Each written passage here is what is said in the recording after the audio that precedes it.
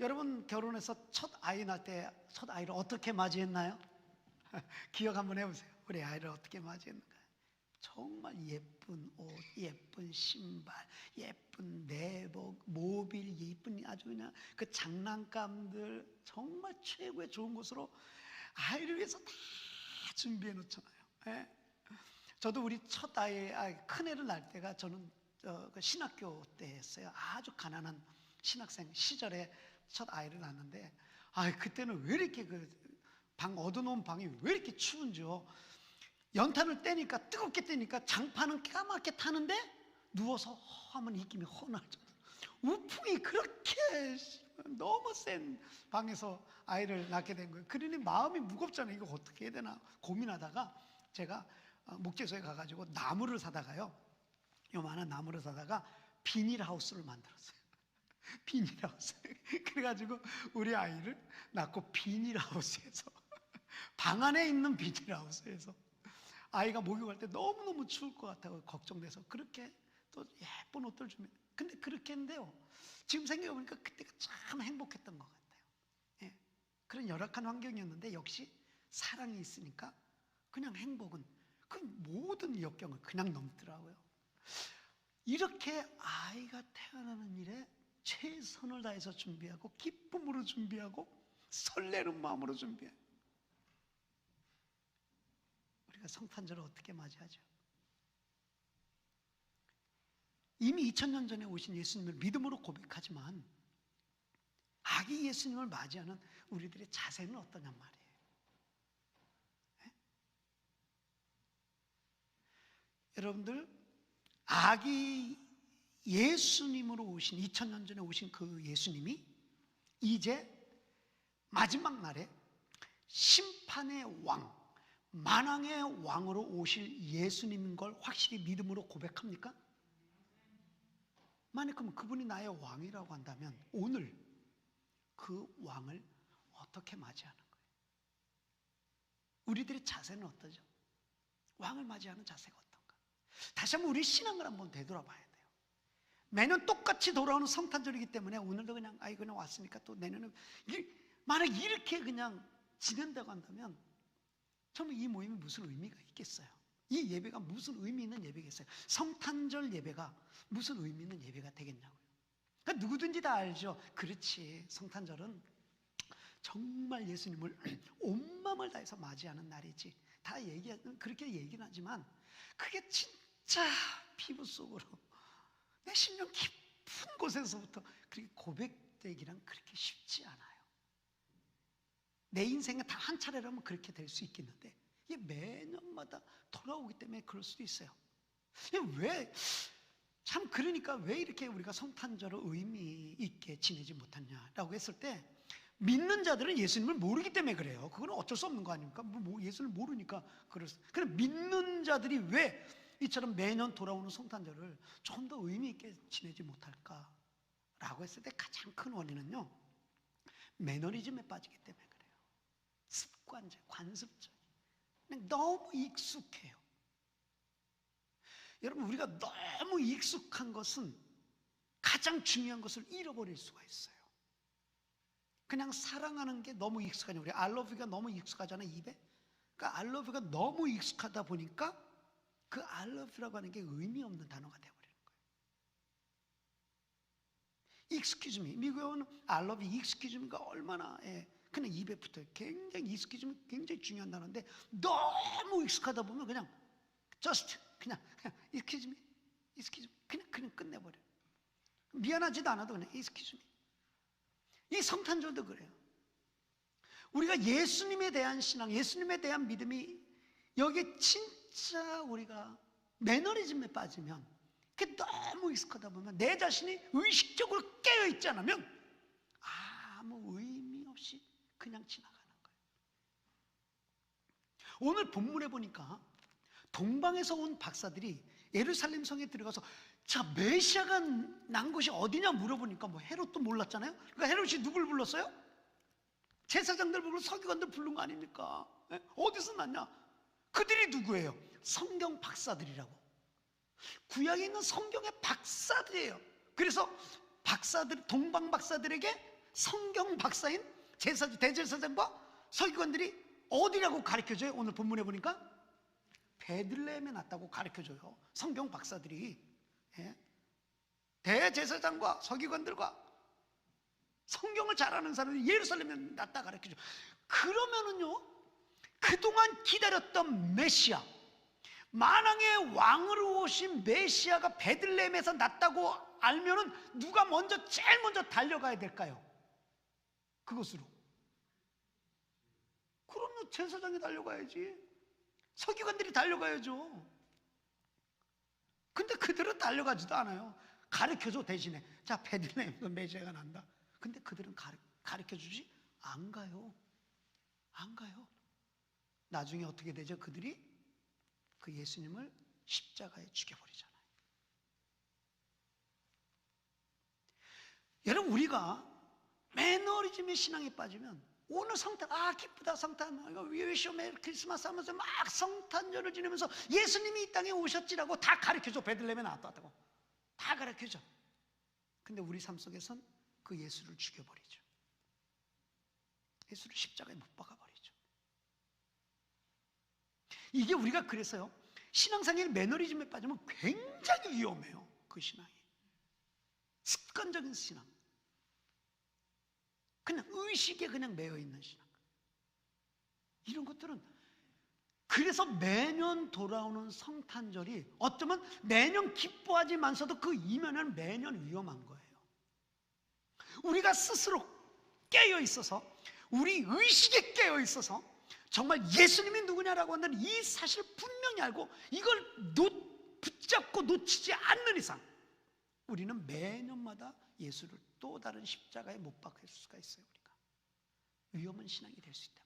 그래서 오늘 저는 오늘의 이 본문에 있는 이 동방박사들을 보면서 정말 성탄을 맞이하는 자세가 어떻게 되느냐, 이 말씀을 한번 여러분과 함께 가까이 가고 싶은 거예요.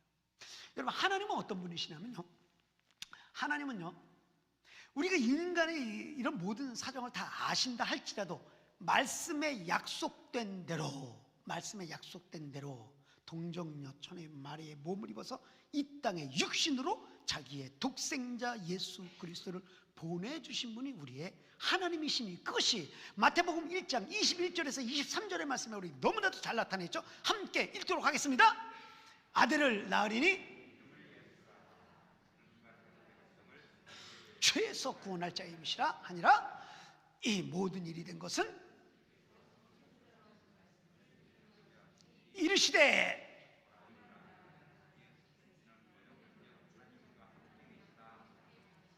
정확하게 말씀에 예언된 대로 정확하게 보내주신 분이에요. 그분은 우리를 죄에서부터 구원할 분이세요.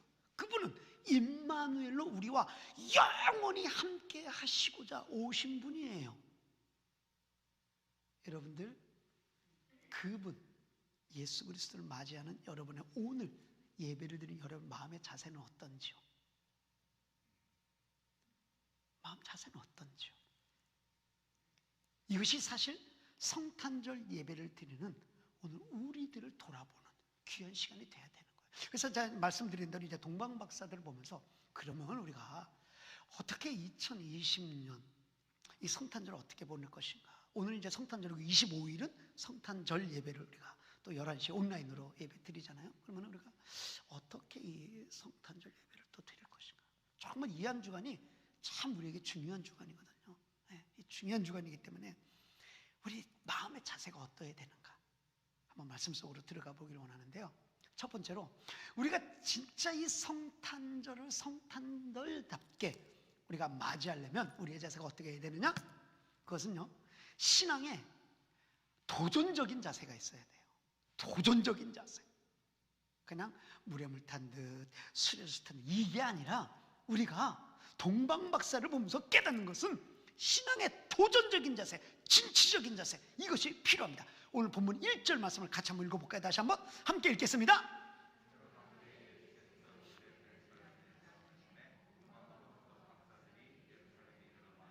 어디에서부터 어디에 이르렀어요? 동방에서부터 예루살렘이 이르렀다. 이 동방은 성경학자들이 얘기하기를 바벨론이나 아니면 페르시아 쪽에서 왔을 가능성이 크다, 이 박사들이. 그러면 바벨론에서 만약 예루살렘까지 왔다고 한다면 지금 우리의 만약 킬로미터로 따진다고 하면 약 1500km 정도 돼요. 최소 단거리가. 또 어디서부터 출발하는 게 다르잖아요. 그러나 어쨌든 간에 약 1500m 정도 되는 거리가 된다 그래요. 예, 1500m. 예? 죄송합니다. 1500m래요. 1500km죠. 1500km죠. 네, 1500km. 예. 자, 그러면 지금이야 자동차, 비행기, 모터사이클 별게 다 있지만 그때 당시에는 이 해외여행의 1500km가 되는 해외여행의 여행수단은 낙타거든요. 해외 긴 장거리에 그 낙타를 타고 그 정도 길이까지 오려면 최단 시간이 약 3개월 정도 걸린다 그래요. 그러면 상황에 따라 다를 수 있기 때문에 6개월 될 수도 있고 1년이 될 수도 있고 진짜 긴 여행인 거예요. 동방박사 3명이라 그랬으니까 여러분 3명만 딸 나왔을까요? 그렇진 않았을 거예요. 수행원들도 분명 있었을 것이고 오랜 장기간 여행이기 때문에 거기에 대비한 여러 사람들이 같이 다 왔을 것입니다. 그래서 그 나름대로 무리가 지어져서 해외여행을 온 거예요. 이 사람들이 그 긴 거리를 해외여행을 떠났다고 한다는 자체는 무슨 의미일까요? 그때 당시 수천 년 전에 낙타를 타고 해외 다른 나라까지 여행을 한다는 의미는 무슨 의미일까요? 이것은 목숨을 건 여행이에요. 목숨을 건 여행. 왜? 날씨의 위협이 있잖아요. 알다시피 중동 지역의 날씨가 얼마나 변화무쌍해요. 낮에는 엄청 덥고 밤에는 또 굉장히 춥고. 네. 그러면 이게 날씨의 위험이 있어요. 날씨가 그러면요 우리가 쉽게 병이 들잖아요. 몸에 병의 질병의 위험이 있잖아요. 감기라도 걸리면 어떡해요? 여행 중에 또 물만 갈아 먹어도 우리 다 배탈 설사하는데 그게 보통 문제가 아니에요. 뿐만 아니라 들짐승의 위협은 얼마나 할까요? 정갈의 위협, 독사의 위협, 밤에 그 야생 동물들의 그 위협에는요 굉장히 위험에 노출된 거거든요. 가장 무서워요. 가장 무서운 게 있어요. 못 가요. 강도. 사람이 제일 무서워요. 사람이 누가 제일 무섭냐면 사람이 사람을 제일 무서워해요. 강도, 도적대들. 자, 동방 박사들이 가진 예물이 뭐였어요? 황금. 비싼 고가의 물들건들을 가지고 갔다고요. 그러니까 이게 강도와 도적들의 습격은요 정말 긴장의 긴장이에요. 긴장의 긴장이에요. 그러니까 이들이 그 긴 여행을 떠났다고 한다는 이 의미는 이것은 생명을 건 여행이다. 생명을. 그러면 그렇게 생명을 걸고 가는 이 동방박사들의 마음이 어떨까요? 어떤 마음이 있을까요? 나는 오직 누구를 만나리라? 메시아를 만나리라. 난 결단코 메시아를 만나리라. 위험을 무릅쓰고 그런 마음으로 가는 동방박사들. 이것이 도전적인 신앙이에요. 도전적인 신앙. 정말 우리에게 지금 이 성탄절에 필요한 건 이런 도전적인 신앙이 필요해요. 오늘 여러분 만약에 단체 다 카톡을 받아가지고 여러분들 오늘 2부 예배 나오시는 여러분들 보일러가 안 됩니다. 나올까요? 안 나올까요? 나온대잖아. 그게 도전적인 신앙이에요. 그게 도전적인 신앙. 네, 춥다 할지라도. 춥다 할지라도. 이번 크리스마스에, 이번 성탄절에 나 꼭 예수님 만나. 예수님이 누구신가 내가 한번 더 그분을 의미해보고요. 더 느껴보고 그분에게 더 가까이 가보고 한번 결단을 내려보는 거죠. 한 도전을 한번 해보는 거죠. 신앙에. 이왕이면 우리가 오늘 이제 20일 예배를 드리고 25일 이제 성탄절 예배를 드릴 때까지 오늘 이 한 주간이 한번 도전적인 신앙을 해보는 거예요. 그래, 성탄절이니까 그냥 썰매 타고 우리가 선물을 사러 갈 것이 아니라 그래, 내가 이번 성탄절 주간은 한번 마태복음을 다 읽어보자. 진짜 마태복음을 한번 잘 읽어보자. 예수님이 어떤 분이 더 알아보자. 그래, 이번 성탄절기만큼은 한번 내가 하나님 앞에 특별히 시간을 떼놓고 하나님과 나와의 단독 대면하는 1시간씩 가져보자. 매일 내가 1시간만 사람과 다 끊고, 전화기 다 끊고, TV 다 끊고, SNS 다 끊고, 한번 온전히 하나님께만 집중하는 시간을 가져보자. 이런 도전적인 신앙이, 이게 성탄절 신앙이 중요한 게 아닐까 생각해요. 한번 도전해 보세요, 여러분. 동방박사들은 1500km나 되는 그 긴 거리를 도전해서 가는 거 아닙니까? 메시아를 만나고자. 이런 신앙이 우리에게 지금 이 성탄절이 필요한 거예요. 사실 우리나라도 보면은, 저도 보면은 몇십 년 전까지만 하더라도 우리 어른들의 어머니, 아버지의 신앙, 할아버지, 할머니들의 신앙은요 굉장히 도전적인 신앙이었어요. 진짜 지금 생각해 보니까 그래요. 그 추운 날도요, 교회 가기 위해서 산 넘고 강을 건너서 시냇가를 건너가지고 들판을 지나서 그리고 교회를 다녔어요. 그 추운 날 눈길을 헤치고 새벽 예배들 나왔어요. 야, 그 눈 쌓인 새벽에 종소리가 울려요. 우리 옛날에는 그 예배 시간마다 땡그랑 종 쳤잖아요. 그 새벽에도 그 수북하게 쌓인 그 눈길에 발자국이 있어서 새벽종을 치러 가시는 분도 있었고요. 그거 다 그냥 그런 날씨에도 정말 모이기 힘썼어요. 바로 지금 몇십 년 전의 얘기예요. 우리 선조들의 신앙들 보면 대부분 다 도전적인 신앙이었어요. 순종할 수 없을 것 같은데 다 순종들었던 신앙들이 있었어요. 근데 이 현대 크리스천, 우리들이 요즘엔 이러한 요소들을 좀 잃어버리지 않았는가? 우리가 이런 요소들을 지금 이런 유산들을 다 버려버리지 않았는가? 지금 이때는 참 그런 마음이, 걱정스러운 마음이 들어요. 해가 바뀌면 바뀔수록, 특히 이런 절기가 되면 절기가 될수록 더 그런 걱정스러운 마음이 더만 커져만 가요. 더 커져만 가요. 한번 여러분의 신앙을 한번 점검해 볼까요? 교회와 집이 좀 떨어져 있어요. 교회하고 집이 좀 떨어져 있어요, 거리가. 자, 그러면 대답해 보세요. 교회가 멀어요, 집이 멀어요? 아이, 답들은 다 잘하네. 교회가 멀다 그래. 교회가 멀어요. 교회가 멀다는 건 무슨 소리예요? 교회가 멀어요 하면, 그러니까 좀 추우면 안 가요, 비 오면 안 가요, 바람 불면 안 가요. 교회가 멀면 집이 먼 거죠. 집이 먼 거. 집이 멀면 어떡할까? 그렇죠. 교회 앞으로 이사 와야 돼요. 그게 아니라 그만큼 또 준비를 해서 일찍 가야 되는 거죠. 이 자세라는 거예요. 그런 거예요. 예배드리는 자세, 그런 자세들. 우리 이 성탄절에 정말 그런 도전적인 자세가 필요하지 않냐가. 이 매너리즘에 빠져가지고 매년 돌아오는 성탄절, 똑같은 성탄절, 만약 그렇다고 한다면 무슨 의미가 있겠어요? 하나님 아버지는 눈물로 자기의 아들을 독생자로 보내셨는데, 이 세상에 가장 큰 사건을 허락하시면서 그 마음에 가장 큰 사건으로 이 땅에 보내신, 그거를 맞이하는 우리 자세들은 그냥 뭐 오는 등 마는 등 내년도 오죠. 만약 이렇다고 한다면 이 성탄절이 우리에게 무슨 의미가 있겠어요? 이 도전적인 자세가 필요한 거예요. 내가 예수를 만나고 말이라, 동방박사들처럼 내가 이번에 기도하고 말이라, 내가 이번에 꼭 순종 한번 해보리라, 내가 이번에 꼭 용서하리라, 한번 결단해보는 거예요. 도전해보는 거예요. 이게 성탄절의 신앙이에요. 그 신앙이 어디에 잘 나타나 있냐면 다니엘서에 진짜 잘 나타나 있죠.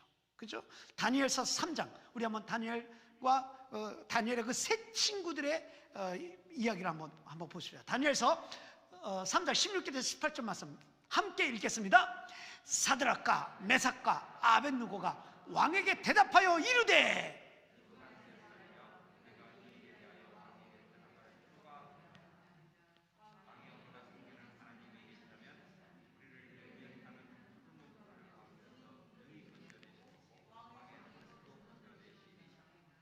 그렇게 하지 아니하실지라도 왕이요.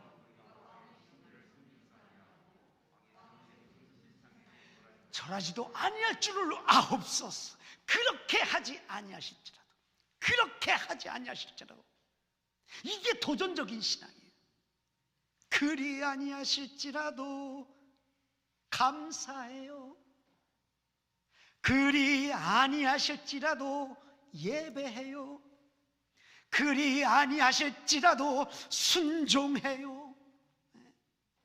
그리 아니하실지라도 뭐랄까요? 사랑해요. 좋습니다. 아무도 예배하지 않는 그곳에서 나 주께 예배하리라. 아무도 순종하지 않는 그곳에서 나 주께 순종하리라. 도전적인 신앙이에요. 도전적인 신앙. 한번 여러분, 그냥 매너리즘이 아니면 습관적으로 관습적으로 늘 하던 것이 너무 익숙함으로 말미암아 그냥 아무 의미 없이 지나가는 성탄주간이 아니라 정말 이 시간, 오늘 동방박사들 보세요. 야, 그렇게 먼 길을 생명 걸고 메시아를 반드시 보고자 하는 열망을 가지고 간 동방박사들처럼 한번 이번 한 주간 내가 어떤 것을 이거 한번 해보리라, 진짜 한번 도전 한번 해보리라.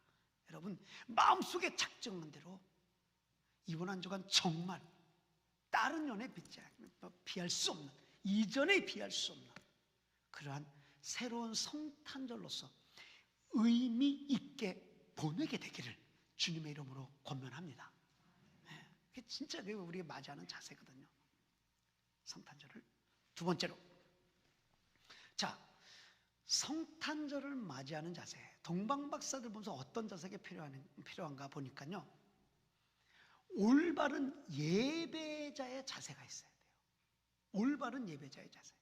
그러니까 예배자로서 정말 올바른 자세가 있어야 돼요.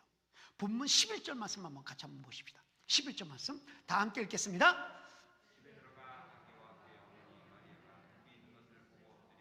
아기께 경배하고, 자, 집에 들어가 보니까 누구와 누구가 있어요? 어머니와 아기 예수님이 있는 거예요. 그런데 이 동방의 박사들은 누구에게 경배하고 누구에게 예배했어요? 다시 한번, 누구에게? 정확하게 해야 돼요. 누구에게? 아기 예수님께 경배했어요. 마리아한테 경배한 게 아니에요. 저희가 지난주에도 봤지만 물론 어머니 마리아의 신앙이 굉장히 귀중한 신앙이에요. 그 믿음이 굉장히 좋은 믿음이에요. 우리가 본받아야 될 그런 믿음이에요. 그러나 마리아는 경배의 대상이 될 수가 없어요. 예배의 대상이 될 수 없어요. 왜? 그녀 역시 죄인이에요. 그녀 역시 사람이에요. 그러나 동방박사들이 마리아의 어머니한테 경배한 게 아니라 마리아가 낳은 아기 예수께 경배를 했다는 거예요. 그래서 이 성탄절 우리가 올바른 예배자로의 자세로 선다고 한다는 것은 내가 지금 경배하고 내가 지금 예배하고 있는 대상이 누구냐, 대상을 확실히 하는 거예요. 이게 진짜 예배자예요. 예배의 대상을 확실히 알고 드리는 예배, 이게 진짜 예배자의 자세라고요. 동방박사들이 누굽니까? 그 동방에 정말 유명한 학자들이에요. 배울 만큼 배운 사람이 유지고 많은 사람들에게 존경을 받는 사람들이고, 그리고 나이도 지긋하신 분들이라고요. 근데 그런 분들이 아기 예수 앞에 엎드려 절했다. 엎드려 절했다. 어떻게 그렇게 수 있죠? 자기의 지위, 자기의 신분, 자기의 학식, 자기의 경험, 자기의 인생을 다 내려놓고 아기한테 엎드려 절할 수 있다. 어떻게 이게 가능할까? 그 아기가 누구냐 알기 때문에 그런 거예요. 이 태어난 아기가 누군지를 알기 때문에 자기의 모든 것을 내려놓고 경배할 수 있었던 거예요. 이게 중요한 핵심인 것입니다. 이게 중요한 핵심이에요. 그리고 우리가 본문에 읽었다시피, 좀 더 11절 말씀 보면 본문에 읽었다시피 그 동방 박사들이 가져온 예물이 뭐죠? 황금과 유향과 모략이었어요. 이 예물 속에는요, 그 사람의 신앙이 들어가 있는 거예요. 이 박사들의 신앙이 들어가 있는 거예요. 네. 황금은요, 당시에 황금은 왕들에게 드리는 선물이었어요. 왕에게 드리는 선물들은 다 황금이었어요. 그러니까 황금을 드리는 동방 박사의 마음은 어떤 마음인 거예요? 당신은 만왕의 왕이십니다. 당신은 나의 왕이십니다. 왕으로 고백하면서 황금을 드리는 거예요. 유향은 이게 제사의식에 쓰이는 양 아닙니까? 그러니까 제사의식에 쓰이는 양을 드리면서 드리는 게 고백하는 신앙이 뭐냐면 당신은 영원한 대제사장입니다. 영원한 대제사장입니다. 예. 그 믿음을 고백하면서 드리는 거예요. 제사장이라고.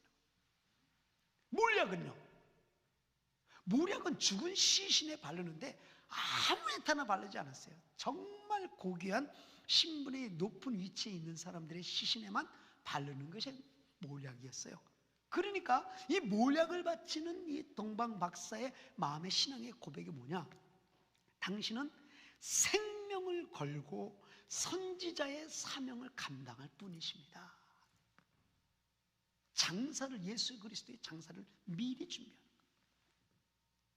황금과 유향과 모략, 왕과 제사장과 선지자, 구약에서 기름 부음을 받은 자, 영원한 메시아. 자기의 예물을 드리면서 그 속에 드리는 신앙은 당신은 나의 영원한 왕이십니다. 영원한 제사장입니다. 정말 생명을 건 선지자입니다.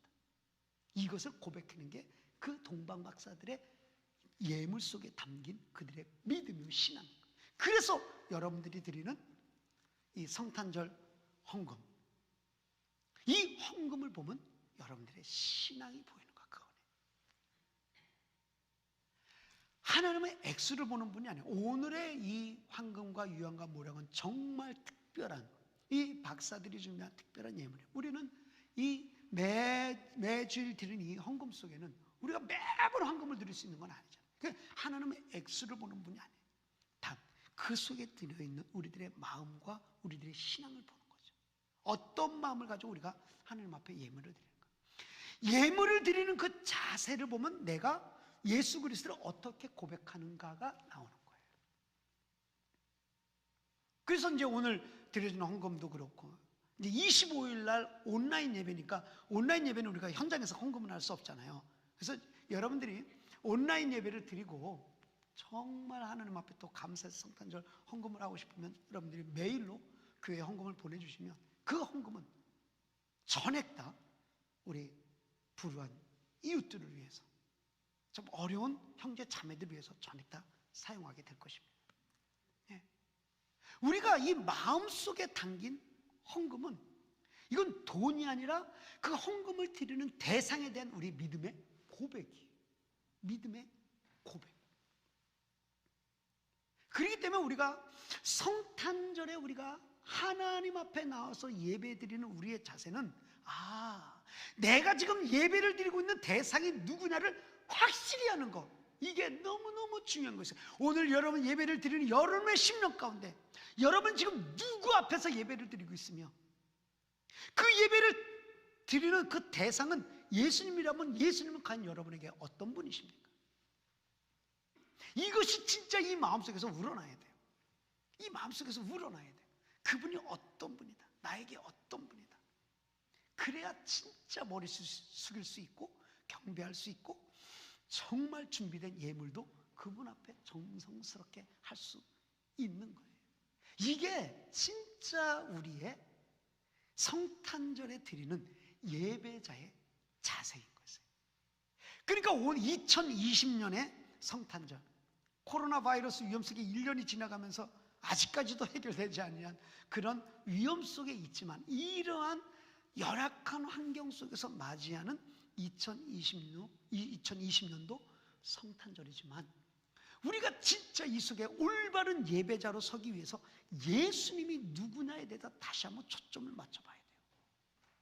그래서 우리가 그 예수님은 이미 2000년 전에 아기로 오신 예수님인가 동시에 이제 곧 다시 심판의 주 만왕의 왕으로 오실 예수님이라는 그 미래의 사건과 과거의 사건을 함축적으로 드리는 게 바로 오늘의 성탄절이에요. 그래서 이 성탄절 예수님이 누구냐고 했을 때 우리는 과거와 미래의 사건을 한꺼번에 생각해서 그 예수님께 예배를 드리는 거예요. 그래서 과거에 육신을 입고 오신 예수님은 내 죄를 사시고자 오신 예수님 너무 고맙고 감사합니다 하면서 감사한 신앙이 일어나고, 동시에 다시 오실 예수님을 보면서 세례 요한처럼 내가 주의 길을 예비하리라. 주님 어서 오시옵소서. 마라나타 주 예수여 어서 오시옵소서. 언제 오셔도 변함없이 내가 할렐루야로 맞이할 수 있는 깨어있는 의식을 가지고 예수님을 바라보는, 과거와 미래를 한꺼번에 오늘 현재의 이것을 아주 최극대화시키는 것이 성탄절의 자세라는 거죠. 우리가 예배를 드리는 대상은요, 아기 예수님이자 왕관을 쓴 만왕의 왕 심판의 주 모습이에요. 그런데 그 심판, 아기 예수님은 우리가 잘 알잖아요. 근데 심판의 주로 오시는 예수님은 어떤 모습인가? 요한계시록 5장 7절에서 14절 말씀에 잘 설명되어 있는데 이게 우리의 예수님이에요. 아기 예수님이 곧 그분이라고요. 한번 교독 한번 할까요? 제가 한번 7절 말씀 읽을게요.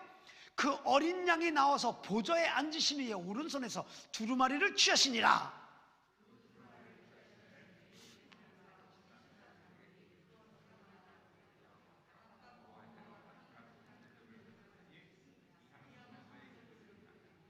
그들이 새 노래를 불러 이르되 두루마리를 가지시고 그 인봉을 떼기에 합당하시도다. 일찍이 죽임을 당하사 각 족속과 방언과 백성과 나라 가운데서 사람들을 피로 써서 하나님께 드리시고,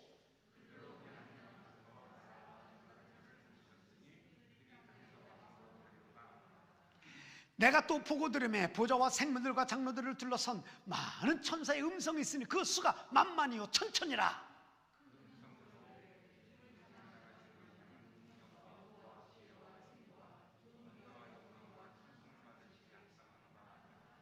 내가 또 들으니 하늘 위에와 땅 위에와 땅 아래와 바다 위에와 또 그 가운데 모든 피조물이 이르되 보좌에 앉으신 이와 어린 양에게 찬송과 존귀와 영광과 권능을 세세토록 돌릴지어다 하니,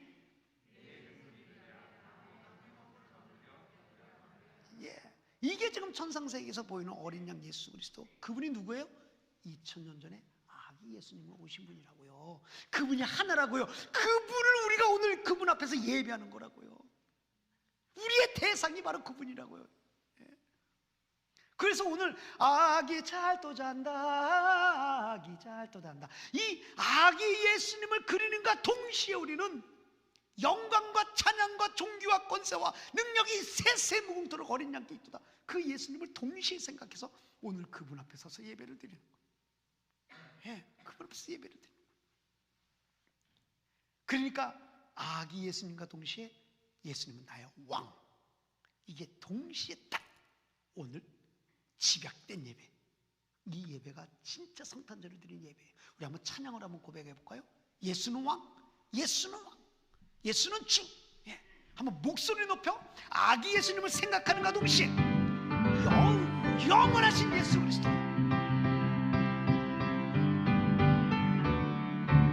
예수는 왕, 예수는 왕, 예수는 주, 예수는 날 구원하신 주, 예수는 왕, 예수는 주, 예수는 날 구원하. 다시 한번 예수는 왕, 예수는 왕, 예수는 주,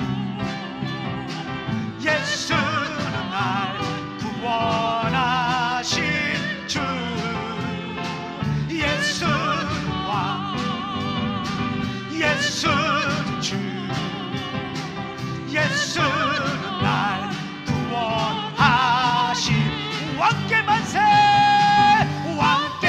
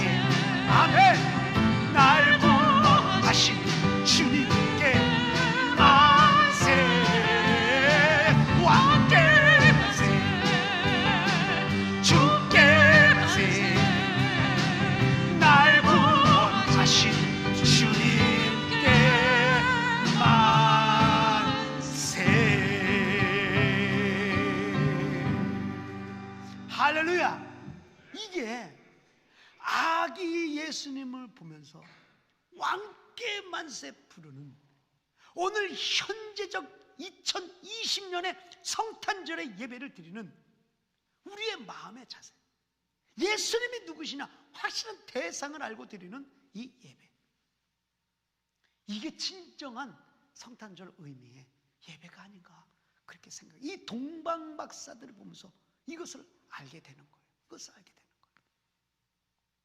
오늘 성경에 나타난 동방박사는 그저 2000년 전에 동방에 살았던 박사들이 아니라 그 박사들이 살아서 오늘 여러분들이 동방의 박사로 서게 되기를 간절히 바랍니다. 한번 말씀을 정리해 볼까요? 매년 돌아와요. 성탄절은 내년 또 와요. 난 매년 그렇게 돌아온다를 가지고 우리가 너무 익숙하다 보니까 핵심을 잃어버릴 수 있어요. 자세가 흐트러질 수 있어요. 너무나 그렇게 될 위험성이 많아요. 커요. 그래서 오늘 한번 동방박사들을 보면서 성탄절을 맞이하는 우리의 자세가 어떠해야 될까? 이거 한번 말씀 속에서 우리가 점검해 보는 거예요. 그러기 위해서 우리가 정말 이 성탄절에 도전적인 신앙을 좀 가져야 되겠다. 그래, 내가 이번 성탄주일은 성탄주간에는 마태복음 한번 다 읽어보자. 창세기라도 한번 쫙 정독을 한번 해보자. 하나님 앞에 특별히 기도 한번 해보자. 내가 기도 시간을 떼어서 모든 거 다 끊고 오직 하는 우리 주 예수 그리스도만 바라보는 시간을 갖자. 이게 정말 도전이 필요해요. 저는요, 여러분들이 어느 장소에도 상관없어요. 집에서 좋고 교회에서도 좋고 차에서도 좋고 어디서든지 좋아. 정지된 시간 속에서 진짜 아무 생각 없이 다른 거 생각하지 않고 오직 십자가만을 딱 바라보고 그 십자가 앞에 그냥 한번 서 계셔 보세요. 십자가 앞에 그냥 서 계셔 보세요. 뭐 많은 생각이 지나가도 상관없어요. 그거 다 그냥 십자가 밑에 주님 앞에 내어드리고 한번 서보세요. 내가 내 인생이 지금 어디로 흘러가고 있는가 한번 보고, 지금 내가 가장 중요하게 생각하고 있는 것이 무엇인가? 하나님은 자기 아들을 나에게 주셨는데 내가 그 하나님께 드릴 수 있는 것이 무엇인가? 한번 십자가 앞에 서서 한번 서보세요. 나를 돌아보는 거죠. 도전적인 신앙이죠. 도전적인 신앙이죠. 네. 예수님이 나를 죄인 중에 괴수를 용서하셨듯이 그래, 나도 한번 화해의 손길 한번 내밀어보자. 도전적인 신앙이죠. 아니, 죄인 중에 괴수인 나를 용서해 줬는데 내가 뭐 용서 못할 게 뭐 있어요? 그렇잖아요. 네. 이런 도전적인 신앙이 이 성탄절에 필요한 거예요. 그리고 내가 지금 누구한테 예배하고 있느냐? 내가 지금 누구에게 집중하고 있느냐? 내가 지금 예배를 드리는 대상인 예수님은 누구시냐? 이걸 한번 묵상해 보는 거예요. 이분이 누구냐? 도대체 왜 십자가에 달려 돌아가셨느냐? 왜 임마누엘 하셔서 나에게 지금 왜 감동 과마를 주시냐? 왜 이렇게 하시는가? 한번 그분께 한번 집중 한번 해보세요. 네. 그리고 25일 날 11시에 온라인으로 만나는 거예요. 그래서 그 예수님을 완전히 온라인 상황 가운데서 우리가 같이 예배를 드리며 내 예배 대상이신 예수 그리스도가 누구신가를 확실한 상태에서 우리가 온라인을 만나서 예배를 드리는 것입니다. 여러분, 만약 우리가 이것을 놓치면 2020년 성탄절도 그냥 지나가요. 아무 의미 없이 세상 사람들과 똑같이 그냥 선물 주다 바쁘고 그러다 그냥 지나가. 예수님 없는 잔치, 생일잔치에 주인공이 없이 객들만 그냥 떠들다 먹다 마시다 그냥 다 흩어져 버리는, 그렇게 생일 축하하고 와서 뭐라 그래요? 오늘 누구 생일이야? 이런 의미 없는 안타까운 성탄절 지나는 게 아니에요. 우리 진짜 진심으로 이 성탄절을 맞이해야 돼요. 이번 한 주간 여러분 깨어있는 신앙생활을 가져야 돼요. 한번 주님께 초점을 맞춰보세요. 그리고 동방박사가, 성경에 있는 동방박사 바로 여러분이에요. 네? 그 동방박사 이름을, 내 이름을 넣고 한번 성경을 읽어보라고요. 1500km나 그 장거리 여행, 생명을 걸고 예수를 만나러 갔잖아요. 이게 내가 돼야 돼. 이게 진짜 성탄절 신앙 아니겠습니까? 여러분, 오늘 이 말씀 붙잡고 우리의 예배의 대상인 예수 그리스도, 오직 예수밖에 없습니다라고 하는 이 신앙이 오늘 말씀을 통해서 주어지고 한번 찬양을 통해서 결단되어지는 이 시간 되길 바랍니다.